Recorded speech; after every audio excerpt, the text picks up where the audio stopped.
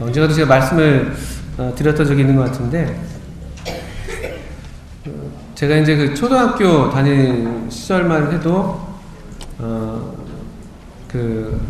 제가 이제 이름이 나상엽이지 않습니까? 근데 그 시절만 해도 이제 나시성이 별로 없었을 때였습니다. 다행히 지금 우리 교회 안에 그 나시성을 가지신 우리 성도님들이 유독 많이 계신 것 같습니다. 참 좋은 일인데, 근데 이제 그때 초등학교 때 5학년 때쯤 됐을 때인데 뭐 학교에서 레크레이션을 하는데 그 둥글게라는 게임을 했었습니다. 아시는지 모르겠습니다. 다 이렇게 손잡고 노래 둥글게 이렇게 노래 부르다가 진행하시는 분이 뭐 안경 낀 사람 2명, 뭐 안경 안 낀 사람 3명 이렇게 모이세요. 이렇게 모이는 거죠.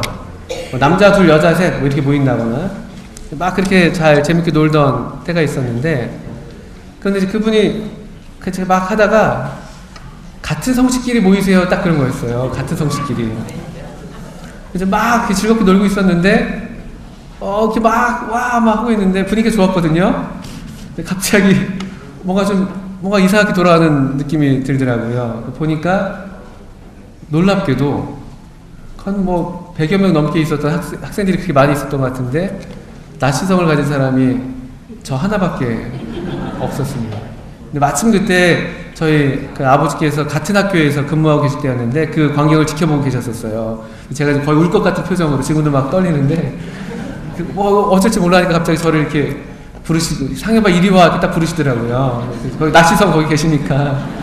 그래서 이제 거기로 막 뛰어가서 그 뒤가 어떻게 됐는지 기억이 나지 않았는데, 어쨌든 그런 기억이 있습니다. 어린 나이에 혼자 된다는 것, 다른 사람들의 무리 속에 무리들이 다 있는데 거기에 함께 끼지 못하고 버려진다는 것, 그게 굉장히 견디기 힘든 고통으로 다가왔던 기억이죠. 그리고 사실 이런 그런 경험들이 이제 좀 더 커가면서 사춘기를 겪으면서 더 이제 커지는 것이죠. 저뿐만이 아니라 이제 많은 여기 다 그런 경험들이 있으실 텐데, 사춘기 때 특별히 이제 또래 집단, 친구들 노는데 끼지 못하면은 또 그것만큼 마음이 어려운 게 없고, 또 그것만큼 괴로운 게 없고, 요즘에 참 불행히 이제 그런 말들이 생겨나서 왕따 이런 말들이 생겨나잖아요. 그런 말들이 생겨난 지 오래됐고, 또 그것으로 인해서 이제 견디지 못해서 그 어떤 고통, 수치감, 나는 함께하지 못한다는 그 수치감, 외로움, 이런 것들 때문에 견디지 못해서 또 참 어려운 일을 보게 되는 경우들이 더러 있습니다. 제가 이 말씀을 왜 드리냐면, 우리 요한복음 우리 먼저 9장 말씀을, 10장은 이제 9장에 이어져 있는 말씀인데 9장 34절, 35절 말씀을 한번 읽어보겠습니다.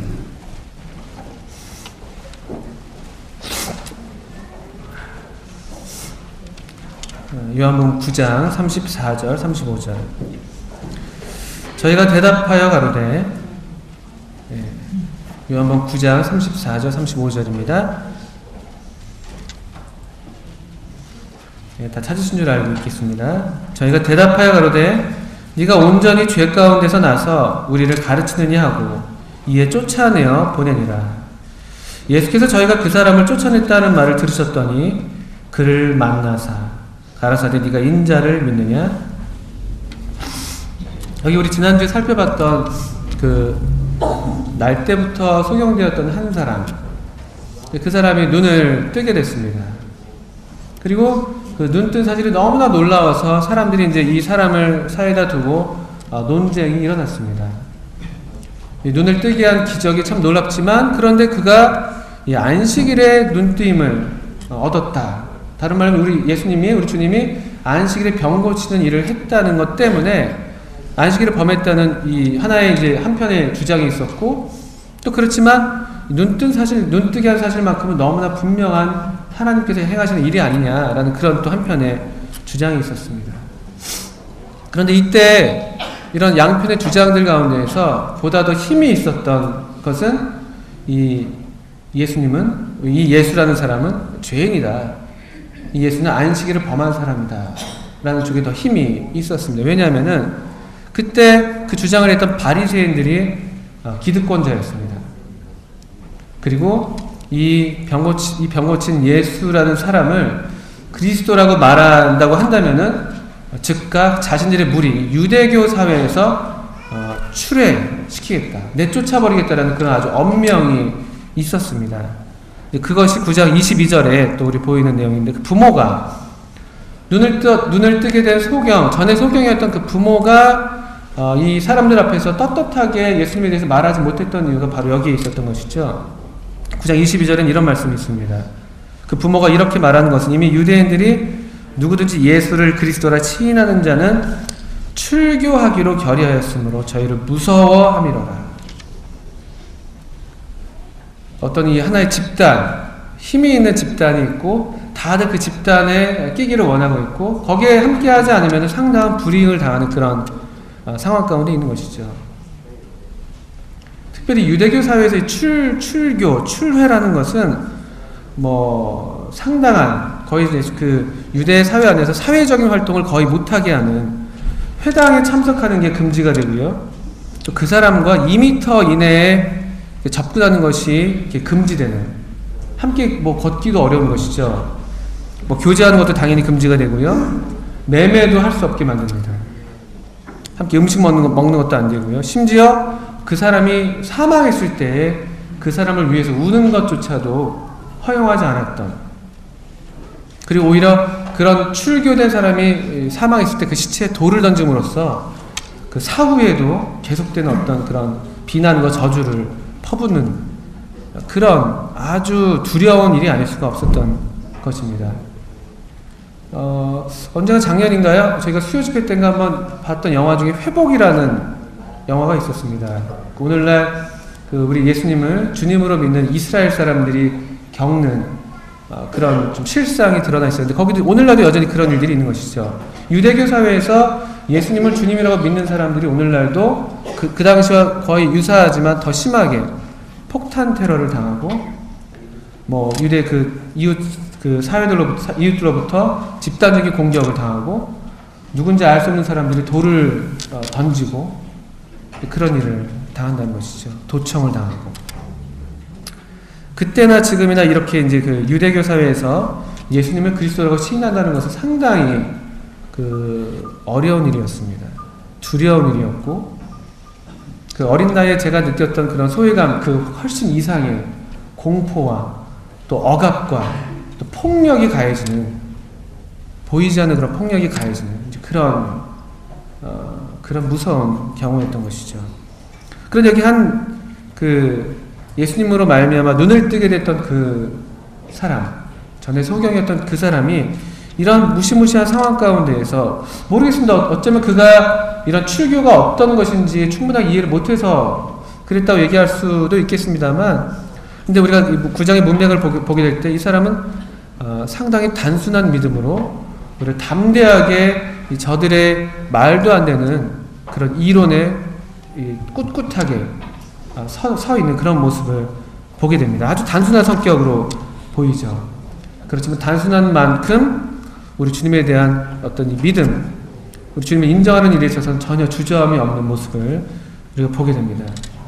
34절에 우리 읽었던 것처럼요, 바리새인들이 쫓아냈습니다.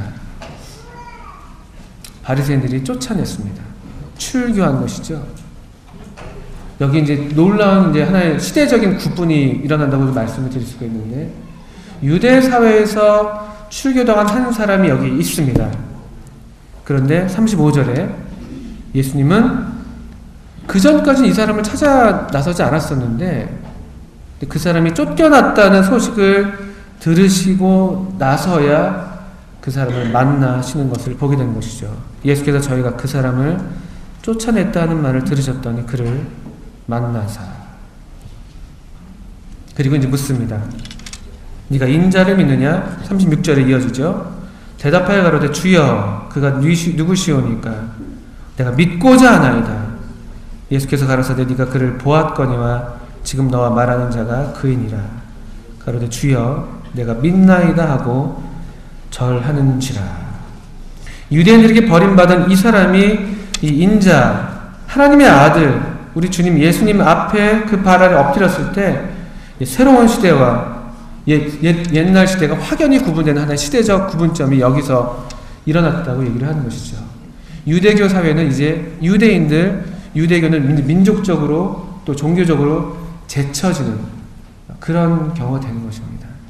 그리고 참으로 개인적으로 할지라도 유대 사회에서 인정받지 못한다 할지라도 우리 주님을 하나님의 아들로 믿는 이 사람들 한 사람 한 사람을 우리 주님이 찾아가셔서 그를 만나시고 또 그에게 자신을 계시하시고 또 그럴 때 이 사람들이 한 사람 한 사람 개별적으로 우리 주님 앞에 절하는 그런 새로운 무리가 생겨나는 것을 보는 것이죠. 이 무리가 오늘날 이 교회의 하나의 모판으로 이 교회를 예견케 하는 하나의 무리가 되는 것입니다. 교회는 이와 같이 이전 질서와 이전 세계 속에 속해 있던 사람들이 이제 우리 주님을 만남으로 주님의 발 아래 엎드립니다. 우리 주님을 참으로 하나님의 아들로서 믿는 사람들로 이루어지는 새로운 공동체, 새로운 무리가 되는 것이죠. 그 문맥에서 이제 우리 오늘 요한복음 10장이 이어지는 것입니다. 우리 10장 1절부터 5절까지 말씀을 제가 읽겠습니다. 내가 진실로 진실로 너에게 이르노니 양의 우리의 문으로 들어가지 아니하고 다른 데로 넘어가는 자는 절도며 강도요 문으로 들어가는 이가 양의 목자라. 문지기는 그를 위하여 문을 열고 양은 그의 음성을 듣나니 그가 자기 양의 이름을 각각 불러 인도하여 내느니라. 자기 양을 다 내어놓은 후에 앞서가면 양들이 그의 음성을 아는 고로 따라오되 타인의 음성은 알지 못하는 고로 타인을 따르지 아니하고 도리어 도망하느니라. 이제 양의 무리를 주님께서 비유로 들어서 말씀하시는데 이 당시에 그 양을 돌보는 일이 이랬답니다. 마을이 있으면은 마을 한켠에 이제 양 무리를 만든다고 하죠. 울타리를 만든다고 합니다. 그러면 여기 이 울타리는 한 개인만의 울타리가 아니라 그 마을 사람들이 공동으로 사용하는 울타리라는 것이죠. 양우리랍니다. 때가 되면은 이제 그 각각 이제 뭐 제 양도 있을 수가 있고 또 옆집 사는 뭐 이한주 형제 가정의 양도 이제 거기 있는 것이고요. 양들이 다 모여 있는 겁니다. 그런데 때가 됐을 때 그 각각의 목자들이 오는 것이죠. 그리고 그 양들의 자기 양들의 이름을 부른답니다. 수많은 양들이 있는데 그 목자, 자기 목자를 아는 양들, 또 자기 그 목자는 자기 양들을 아는 것이죠. 그렇게 부르게 되면은 그 목자를 따라서 그 목자에게 속한 양들만 나온다는 것이죠. 굉장히 놀라운 장면입니다. 저도 이제 직접 본 적은 없는데 그 당시에 그 문화가 그랬다는 이야기가 있습니다. 여기 이제 그런 그림 속에서 우리 주님이 유대 사회라는 이 하나의 양무리 가운데 오시는 것이죠. 그런데 거기서 양무리 안으로 들어가시지 않고 그 입구에서 그 문에서 자기 양을 불러내시는 것입니다. 불러내셔서 자기 양을 다 내어놓은 후에 그 양 무리에서 따로 떼어내서 어디론가 지금 몰고 가시는 것이죠. 다 내어놓은 후에 주님이 이제 앞장서셔서 여기 본 것처럼 앞서가면 양들이 그의 음성을 아는 거로 따라온다. 유대사회라는 유대교라는 하나의 양무리가 있었습니다. 거기 이런저런 양들이 있었던 것이죠. 그리고 자칭 유대인의 목자라고 하는 사람들이 이렇게 저렇게 양들을 돌본다고는 말했지만 오히려 자기를 먹이는 데 바빴던 이 바리새인들이 그랬던 사람들이죠. 이 서기관과 바리새인들이 오히려 과부의 가산을 삼켜서 자기 배를 채우고자 했던 그런 사실 거짓 목자들이 많았던 것이죠. 그런 거짓 목자인데도 양들에 대해서 소유권을 주장했던 것입니다. 이건 내 양들이다. 너희들 내 말 듣지 않아? 우리의 말을 듣지 않아? 그럼 너희들 내쫓아 버릴 거야. 이런 식으로 위협하고 그것이 구장에서 봤던 출교, 출회 같은 형태가 됐던 것이죠. 자기들의 기득권을 강화하기 위해서 그런 위협적인 방식을 사용하면서 도리어 양들을 통해서 자기 배를 채우는 자기 이익을 채우고자 하는 거짓된 목자들이 여기 있었습니다. 우리 주님은 그들을 가리켜서 사실은 강도고 절도다 라고 말씀하고 폭로하고 계신 것이죠. 여기 바리새인들 너희들이 유대인들의 지도자라고 얘기하면서 유대인들의 목자라고 얘기하고 있지만 사실 너희들은 절도고 강도다. 왜냐? 너희들 양들을 참으로 돌보는 것이 아니라 양들을 통해서 너희들의 배를 불리고 있기 때문에. 그런데 여기 참 목자, 절도요 강도가 아닌 양의 목자가 마침내 이 우리에게 다가오셨던 것이죠. 그리고 그들 가운데서 자기의 양들을 불러내셨던 것입니다. 그 한 예가 우리 9장에서 봤던 앞을 못 봤던 소경, 그분의 양이죠. 우리 주님은 어떤 의미에서 모든 유대인, 모든 세상을 위해서 오시기도 하셨지만 또 모든 유대인들을 위해서 오시기도 하셨지만 또 자기 양들을 찾고자 오신 분이십니다. 그래서 주님이 제자들을 보내실 때 이스라엘의 잃어버린 양들에게 가라라고 말씀하셨던 말씀을 우리가 기억할 수가 있죠. 그분의 양이 있는 것입니다. 이 양은 보신 것처럼 아무리 주변에서 다른 사람들이 소리가 있다 할지라도 타인을 따르지 않습니다. 이 양들도 목자의 음성을 안다고 얘기하고 있죠. 그 예가 여기 또 요한복음 9장에 나왔던 바로 또 그 소경이 그 좋은 예로 지금 계속 이어지는 이 10장의 목자와 양의 이야기는 9장에 전에 안 못 봤던 소경이 이제 눈을 뜨게 된 그 이야기에 이어서 설명되고 있는 것입니다. 서로 보완이 되고 있는 것이죠. 유대인들은 저 사람은 죄인이다. 우리는 저 사람을 죄인이라고 안다. 그런 큰 소리가 있었던 것입니다. 많은 사람들의 소리, 기득권자의 소리가 있었습니다. 그런데 이 소경은 그들의 소리에 귀 기울이지 않고 주님의 소리에 귀를 기울였던 것이죠. 그것이 뭘 나타내냐면은 이 소경은 참으로 우리 주님의 양이었다는, 또 다른 말로 하면 우리 주님은 참으로 이 소경의 목자셨다는 그런 이야기가 되는 것입니다. 이 9장 34절, 35절 읽었던 말씀은 그러면서 참 아름다운 말씀이 아닐 수가 없습니다. 오늘날 우리에게도 이건 그대로 적용되는 것이죠. 세상은 계속해서 여러 그룹들을 나눕니다. 서로 선긋기를 좋아하죠. 선을 긋고 그걸 강화함으로써 자신들의 기득권을 계속 유지하려는 그런 성향들이 있지 않습니까? 6월달 요즘에 곳곳 다니시다 보면은 투표를 독려하는 이제 그 플래카드들이 붙어 있는 것들을 보시게 되는데, 그렇게 다 이제 나름대로 자신들의 어떤 색깔을 분명하게 하면서 자신들의 그룹을, 자신들의 어떤 힘을 강화하는 그런 모양들을 계속 보여왔던 것이고, 그런데 이제 요즘에 좀 새로운 정치를 하겠다는 분들이 이제 그런 공천제도 폐지하자, 우리 그런 선긋기 이런 거 하지 말자, 정말 그냥 사람으로서 승부하자, 이런 얘기들을 하고 있는 것인데, 글쎄요, 이게 쉬운 게 아니죠. 이미 우리의 이 본성상 우리는 어떤 하나의 강력한 그룹 안에 우리 자신을 위치함으로써 우리의 어떤 위치도 보장받기를 원하는 심리가 있지 않습니까? 세상이 그렇습니다. 편 가르기를 좋아하고 편 가른 상태에서 그 편에 들지 않은 사람들을 배제함으로써 자신들을 강화하는 그런 부정적인 모습들로 정체성을 형성하죠. 자기의 어떠함으로써 정체성을 형성하기보다는 자기와 함께하지 않는 사람들을 배제함으로써 정체성을 형성하는 그런 형태들이 많이 있습니다. 그런 중에 우리도 그런 압력 가운데 있죠. 이 세상의 풍속대로 따라와라. 우리가 하는 대로 해라. 그렇게 하다가는 뒤처진다. 그리고 우리 함께 하지 않는다면 상당한 불이익을 당할 거다라는 압력을 우리 여러 삶의 영역에서 만나고 있습니다. 아이들을 기르시는 부모님 입장이라면은 학교에 학부모 상담이나 총회 같은 거 할 때마다 그 엄마들의 수많은 그 고급 정보들, 어떻게 더 우리 아이가 더 열심히 공부를 할 수 있게 만들까라는 그런 고급 정보들, 학원들, 뭐가 좋대더라, 이 다 얘기들 한창 하다가 갈 바를 알지 못하고 헤매는 경우들 덜어 있기도 합니다.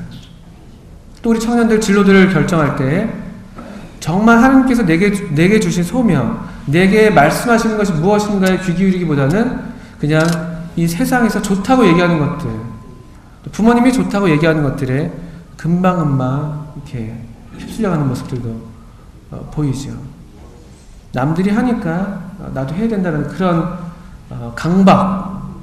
그런 강박 속에 우리가 살고 있고, 또 이 세상은 그런 강박을 계속 조장해서 우리로 이 목자의 음성을, 참 목자의 음성을 듣지 못하게 하는 경우들이 많습니다. 그리고 우리가 목자의 음성을 듣기를 선택할 때 그들은 아주 차갑게 우리를, 아주 매몰차게 우리를 내치기도 하죠. 직장을 다니는 이제 그 자매님들 얘기를 들을 때 가장 어려운 게 뭐냐라고 할 때 이 경무, 일이 고대서라기보다는 인간관계가 제일 어렵다. 직장에 들어가 보니까 벌써 파벌들이 형성되어 있고 보는 거죠. 얘는 우리 편이 될 것인가, 저쪽 편이 될 것인가, 이 라인을 탈 것인가, 저 라인을 탈 것인가. 우리 형제들도 마찬가지시겠죠. 그래서 그걸 지켜보고 있고, 그런 어떤 긴장감 속에서 주님의 지혜를 계속 구하면서 이 라인 저 라인도 아니고 오직 주님의 말씀에 순종하기를 선택하는 것이 쉽지가 않습니다. 그렇게 하다 보면 또 양쪽으로부터 다 버림받는, 점심시간에 식사를 하는 시간이 될 때 아무도 함께 가자는 얘기가 하지 않는 그런 경우도 당한다는 얘기도 듣습니다. 우리가 이제 그런 세상 속에 살고 있는데, 근데 여기 참 좋은 것은 우리 주님이 이 쫓겨짐을 당한, 쫓겨진 이 사람을 만나셨다는 것이죠. 그리고 그때까지 기다리셨던 것처럼 보이는 것이죠. 우리 주님이 유대교 안으로 들어와서 유대교를 변화시키려고 오신 게 아닙니다. 새로운 무리, 유대인들 속에서도 그분의 양을 불러내시고, 유대인이라는 무리 속에서 그분의 양을 불러내시고, 이방인들의 무리 속에서 그분의 양들을 불러내셔서 또 다른 새로운 무리를 만들기를 원하셨다는 것을 우리가 알게 되죠. 그것이 10장 16절에 있는 말씀이죠. 한번 읽겠습니다. 10장 16절입니다. 또 이 우리에 들지 아니한 다른 양들이 내게 있어 내가 인도하여야 할 터이니 저희도 내 음성을 듣고 한 무리가 되어 한 목자에게 있으리라. 이 유대인 우리에 들어있던 양들을 불러내시고 이 우리에 들지 아니했던 또 다른 양들, 그분의 양들을 불러내셔서 한 목자에게 한 무리로서 있게 하시는 것, 그것이 주님의 목적이십니다. 주님이 선한 목자로 이 땅에 오셨을 때 그분의 목적은 바로 이와 같은 새로운 무리를, 그분의 양들을 불러내셔서 새로운 무리를 만드시는 것이었죠. 다른 종교가 아니라 그분에게 있는, 그 목자에게, 한 목자에게 있게 하는 그런 형태인 것이죠. 주님이 이 사람을 만나셨습니다. 그 사람이 쫓겨나기를 기다리셨다가 만나셨습니다. 이게 얼마나 우리한테 위로가 되는지 모릅니다. 사람들로부터 우리가 인정받지 못했다 할지라도 어떤 면에서 주님을 따르는 이유로 인해서 주님이 우리를 아신다는 것이죠. 이것만큼 우리에게 확실한 위로가 되는 사실이 없습니다. 어떤 찬송 가사 중 이런 가사가 있습니다. 세상이 당신을 모른다 하여도 주님은 그 이름 마음에 새겼네, 이런 가사로 제가 기억하는데요. 사람들이 우리를 모른다 할지라도 주님이 우리를 아시고 우리 이름을 새기신다는 것이고, 우리가 지금 읽었던 10장 4절에 3절에 있는 것처럼 우리의 이름을 각각 다 아신다는 사실입니다. 아무도 우리를 모른다고 생각할 때, 아무도 내 이 속상한 마음을, 아무도 내가 이 참 거친 세상 속에서 이 괴로워하고 번뇌하는 이 마음을 모른다고 할 때, 심지어 참 어떤 때는 참 불행히도 성도들 중에서도 내 마음을 정말 모른다고 생각하는 그런 순간들이 찾아올 때라도, 그런데 주님이 여기 자기 양의 이름을 각각 불러 인도하여 내시고, 또 그 양을 아신다고. 14절이죠. 나는 선한 목자라 내가 내 양을 알고 양도 나를 아는 것이. 그 양을 아신다고 말씀하시는 것이죠. 양은 언제 가장 안전한가? 양은 언제 가장 양으로서 행복한가? 그것은 여기저기 목자가 없이 방황하고 유리하는 그런 상태가 아니라 참된 목자의 보호 아래 있을 때 가장 행복하고 안전한 것이죠. 다른 목자가 이러쿵저러쿵 말해도 그것이 그 양한테는 별로 의미가 없습니다. 왜냐하면은 양이 귀 기울여야 할 한 사람은 그 목자, 자기 목자니까요. 그런 면에서 우리도 얼마나 더욱 우리의 목자 되신 그분의 음성에만 귀를 기울여야 할 것인지, 우리가 누구에게 정말 누구의 발 아래에 절해야 하는 것인지, 그런 면에서 우리가 한번 생각해 볼 수가 있겠고요. 또 다른 면에서 우리 주님께서 얼마나 참 좋은 목자이신지, 우리를 결코 버리지 아니하시고 세상이 다 우리를 버리는 그 순간에도 주님 우리를 찾아와 주셔서 우리를 만나 주시고 우리의 이름을 아시고 우리의 이름을 불러 주신다는 것이죠. 그리고 우리를 아신다는 것이죠. 이런 그림이 고린도후서 6장에 볼 수 있는 한 그림이 있습니다. 고린도후서 6장의 말씀을 잠깐 펴서 보시겠습니다. 고린도후서 6장입니다.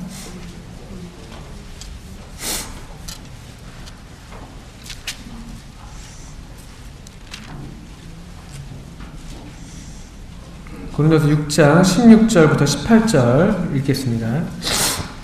신약성경 292쪽인데요. 고린도서 6장 16, 17, 18절입니다. 하나님의 성전과 우상이 어찌 일치가 되리요? 우리는 살아계신 하나님의 성전이라. 이와 같이 하나님께서 가라사대, 주목해서 보십시오. 내가 저희 가운데 거하며 두루 행하여 나는 저희 하나님이 되고 저희는 나의 백성이 되리라 하셨느니라. 그러므로 주께서 말씀하시기를 너희는 저희 중에서 나와서 따로 있고 부정한 것을 만지지 말라. 내가 너희를 영접하여 너희에게 아버지가 되고 너희는 내게 자녀가 되리라. 전능하신 주의 말씀이니라 하셨느니라. 여기 이왕의 기득권을 갖고 있었던 하나의 거대한 무리가 있었던 것이죠. 그리고 이제 막 새롭게 시작된 소수의 이 하나님의 백성들의 무리가 있었습니다. 우리의 그냥 본성상 이미 있는 기득권에 우리 자신을 의지해서 거기서 적당히 지내기를 우리 좋아하는데 주님께서 말씀하시는 것이죠. 또 그들도 우리에게 계속 그런 이야기들을 해오지만 전능하신 주님께서 말씀하시는 말씀은 저희 중에서 나와서 따로 있고 부정한 것을 만지지 말아라. 내가 너희를 영접하겠다. 내가 너희를 영접하겠다. 이것만큼 좋은 말씀이 어디 있습니까?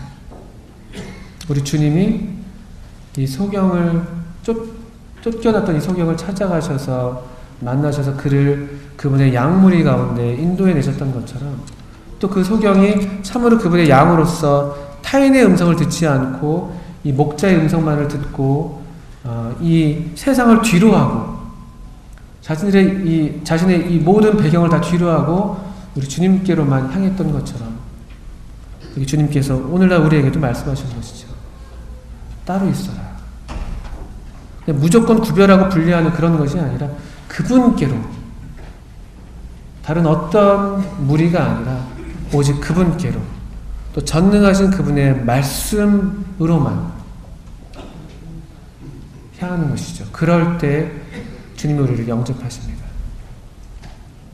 사람들이 우리를 영접할지라도 주님이 우리를 기뻐하지 않으시면 그것만큼 불행한 것도 없고, 설령 사람들로부터 환영받지 못한다 할지라도 주님께서 우리를 아시고 우리를 기쁘게 영접하셔서 우리의 하나님이 되시기를 원하시고 기쁘게 우리를 그분의 백성으로 부르시는 또 그것만큼 행복한 것도 없는 것이죠.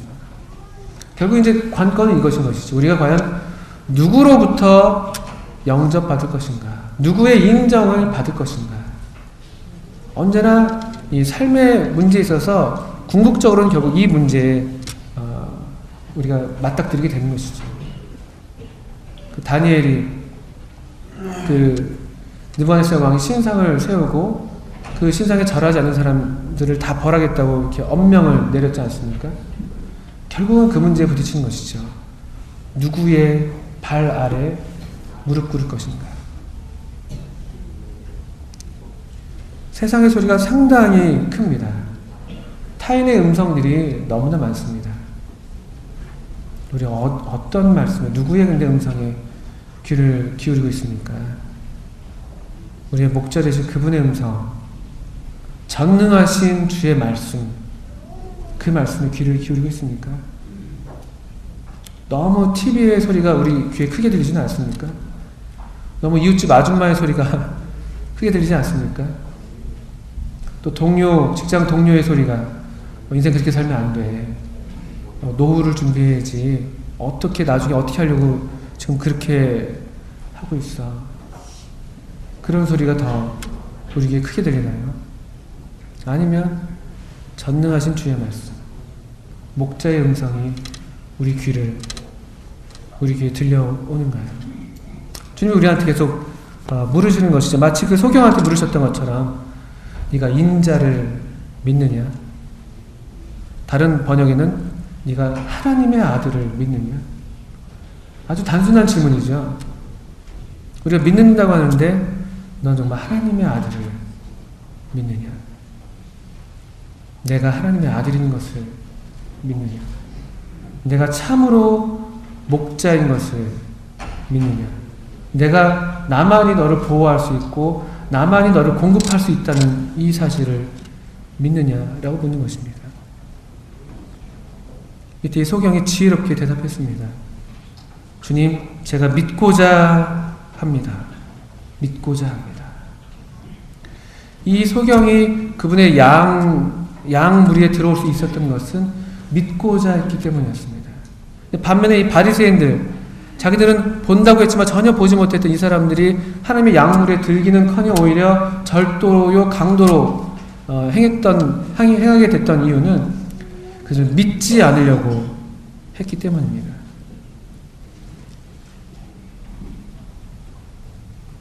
믿느냐?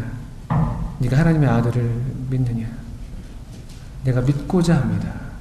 소경의 대답은 내가 믿고자 합니다 했다면은 바리새인들의 대답은 우리는 그가 죄인인 줄 안다.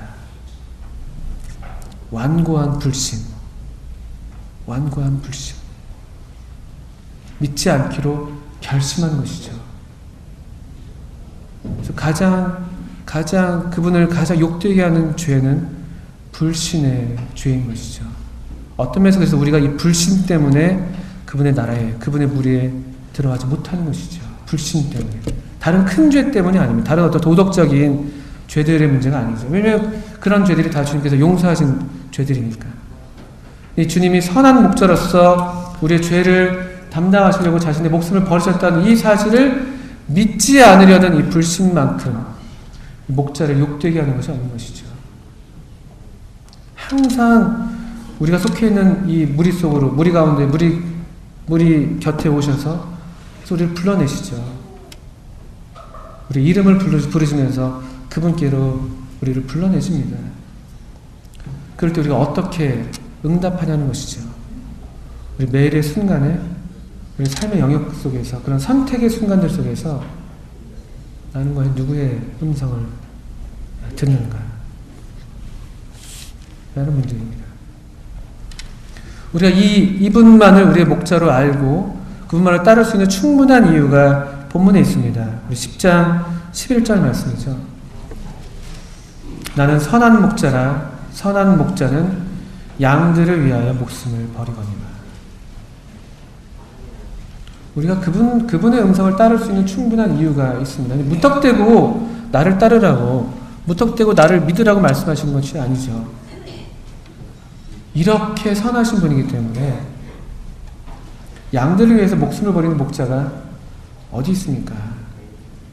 대개는 양들이 목자를 위해서 목숨을 버리죠. 목자가 추울 때는 양들 털 깎아가지고 이렇게 옷을 해서 입기도 하고, 배고프면 결국 양고기 해먹는 거고, 양집 짜서 먹는 것이고. 그게 일반적인 이 당시 유대인 사회의 이 목축 사회에서 그냥 너무나 일반적인 이야기였던 것이죠. 양들은 목자를 위해서 있는 것입니다. 근데 우리 주님은요, 이건 세상에서 볼 수 없는 전혀 새로운 모양의 목자인 것인데, 양들을 위해서 목숨을 버리시는 분이다. 나는 선한 목자라. 선한 목자는 양들을 위해서 목숨을 버린다. 이런 목자가 어디 있습니까? 우리 주님이 이런 분이기 때문에 우리가 여기 있는 건 아닙니까? 우리 주님이 이렇게 선하신 분이라는 걸 알았기 때문에, 알고 믿었기 때문에 그분이 우리를 부르실 때에 우리가 지금 여기 응답해서 그분께 모여있는 건 아닙니까? 교회로 모인다는 것은, 우리가 서울 북부교회로 모인다는 것은 그분께로 서울 북부에 있는 하나님의 양무리로 모인다는 것입니다. 그분이 중심인 것이죠. 그분께로. 또 우리 가운데는 여러 종류의 다양한 양들이 있는 것입니다. 다 똑같은 양들이 아니죠. 이 유대인들이, 바리새인들은 자신들의 양무리 속에서 획일화된 그런 양들만을 원했던 것이죠. 자기들의 말만 따르는, 자기들의 이익에 도움이 되는 그런 양들만 원했던 것인데, 이 주님의 양무리 가운데는 얼마나 다양한 양들이 있는지요. 아까 우리 읽었던 10장 16절 말씀에서 본 것처럼요. 여기저기에서 그분의 양들을 불러내셔서 한 무리가 되게 하시는 것이죠. 이런 곳이 없습니다. 우리 어떤 집단에 속하게 되려면 다 그 집단이 요구하는 어떤 기준을 갖춰야 되고, 거기 미달하게 되면 또 내쫓임을 당하게 되는 것이 보통인데, 이 주님의 양무리에서는 다른 조건이 없습니다. 오직 그분의 음성을 듣는 것 말고는, 그분을 선한 목자로 알고 또 그분을 하나님의 아들로 참으로 믿고 그분께 경배하는 심령 말고는 다른 조건이 없는 것이죠. 유대인이든 이방인이든 남자든 여자든 종이든 자주자든 너나 할 것 없이 하나님의 양무리로 한 목자에게 한 무리로서 존재하는 것이죠. 저는 이 목자가 참 좋습니다.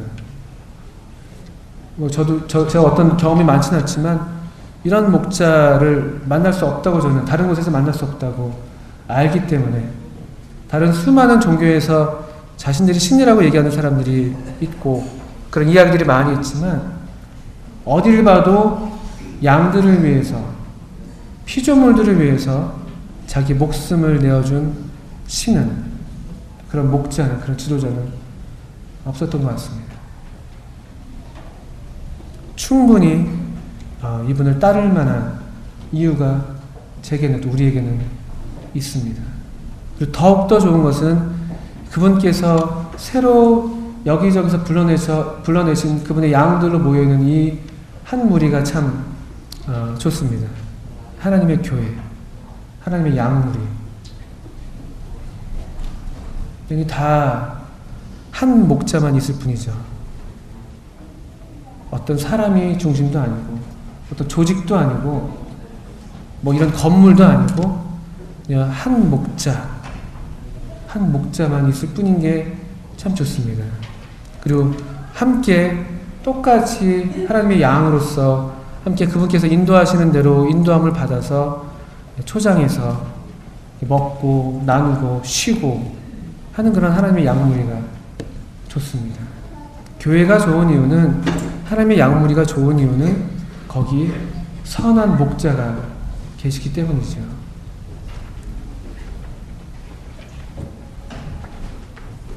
지금 누구의 음성을 듣고 계신가요?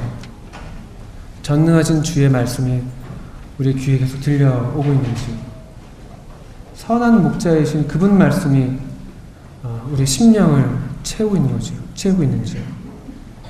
우리가 우리에게 하는 말조차에도 귀를 기울여서 안 될 때가 얼마나 많은지 모릅니다. 우리가 얼마나 다른 사람과 비교하기 좋아하고, 우리 스스로를 열등하게 생각하고 나는 정말 뭐 아무것도 아니라고 생각하고 그러면서 스스로 오히려 그냥 주저앉아 있을 때가 얼마나 많습니까? 이제 그럴 때라도 이 선한 목자께서 우리를 향해서 부르시는 그 음성을 들어야 되겠죠. 그 음성이 우리 귀에 들릴 때 거기에 새로운 생명이 있습니다. 거기 변화가 있죠. 우리 주님께서 여기 우리 보신 것처럼 그가 자기 양의 이름을 각각 불러 인도하여 내느니라. 주님이 우리 그 이름들을 부를 때마다 그 놀라운 변화들이 있었던 것을 우리가 알고 있지 않습니까? 제자들을 부르실 때도 그랬죠. 나를 따르라. 나를 좇으라. 삭개오야 내려와라. 부활하신 주님께서 마리아를 부르셨을 때에도 마리아야 부르셨을 때 거기에 새로운 변화가 일어나게 되고 새로운 삶의 전환이 있게 되고 이제까지 꿈꾸지 못했던 전혀 새로운 삶으로 우리가 인도함을 받는 그것은 참으로 주님께서 정말 약속하신 그대로 양으로 생명을 얻고 더 풍성히 얻게 하는 들어가며 나오며 꼴을 얻게 되는 그런 참으로 놀라운 자유와 또 풍성한 삶이 우리 앞에 펼쳐지는 것이죠. 그분이 우리 각자를 부르십니다. 우리 성도님들, 앉아계신 성도님들, 다른 사람들이 우리 이름을 부르지 않는다 할지라도, 또 다른 사람들이 우리를 외면한다 할지라도, 다른 사람들이 우리를 쫓아낸다 할지라도, 그분이 우리를 찾아주시고, 우리 이름을 부르십니다.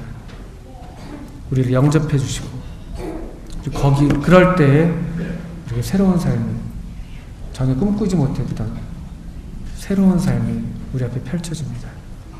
이 삶으로 오늘도 선한 목자이신 우리 주님께서 우리를 초청하시고 부르시고 계십니다. 그리고 그 초청에 응답해서 여기 지금 함께 주님께로 모여있는 우리 모두를 주님께서 약속하신 것처럼 풍성하신 생명으로 우리 영혼을 참으로 만족하게 하는 그런 꼴로 성도들을 통해서 또 나누어지는 이 하나님의 사랑을 통해서 우리 영혼을 만족시키는 것이죠. 우리 모두에게 또 이어지는 모든 우리 예배 시간과 모든 시간들 속에서 목자이신 우리 주님께서 그분의 생명을 우리에게 나눠주시는 그런 복이 우리 모두에게 있기를 바랍니다. 함께 기도하고 마치시겠습니다.